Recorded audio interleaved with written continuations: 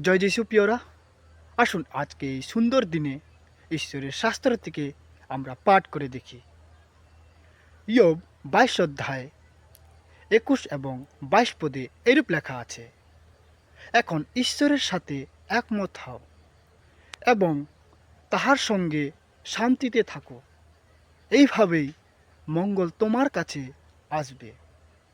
আমি তোমাদের অনুরোধ করি, তার মুখের নির্দেশ গ্রহণ করো, তোমাদের হৃদয়ে তাহার কথা জমিয়ে রাখো। আমেন। হ্যাঁ প্রিয়রা, আমরাও ঈশ্বরের সাথে একমত হই, ঈশ্বরের সাথে শান্তিতে থাকি। ঈশ্বর এইভাবে আমাদেরকে আশীর্বাদ করবেন। তাই প্রিয়রা, আসুন আজকের এই সুন্দর দিনে আপনাদেরকেও অনুরোধ করি, ঈশ্বরের বাক্য গ্রহণ করো,